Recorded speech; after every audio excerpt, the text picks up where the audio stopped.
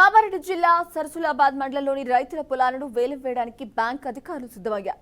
జిల్లా సహకార సంఘం బ్యాంక్ అధికారులు రైతులకు నోటీసులు అందించారు. నర్సులాబాద్ బ్యాంకు సొసైటీలో రుణాలు తీసుకుని కాలం కలిసి రాక రైతులు సకాలంలో కట్టలేకపోయారు.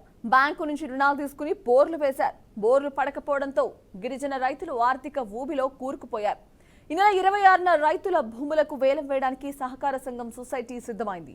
సర్కారు వారి పాటకు సహకార సొసైటీలు సిద్ధమవడంతో రైతులు ఆందోళన వ్యక్తం చేస్తున్నారు. తమకు న్యాయం చేయాలని సీఎం రేవంత్ రెడ్డి ప్రభుత్వాన్ని కోరుకుంటున్నారు.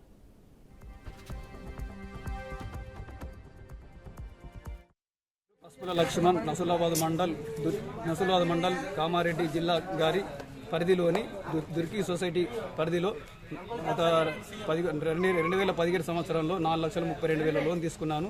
ఈ లోన్కు ప్రస్తుత సీఎం గారు జోడో యాత్రలో మా అంకోల్ క్యాంపు పాదయాత్రలో ఈ లోన్లు మాఫీ చేస్తానని మా రైతులకు పకడ్బందీగా హామీ కూడా ఇచ్చారు.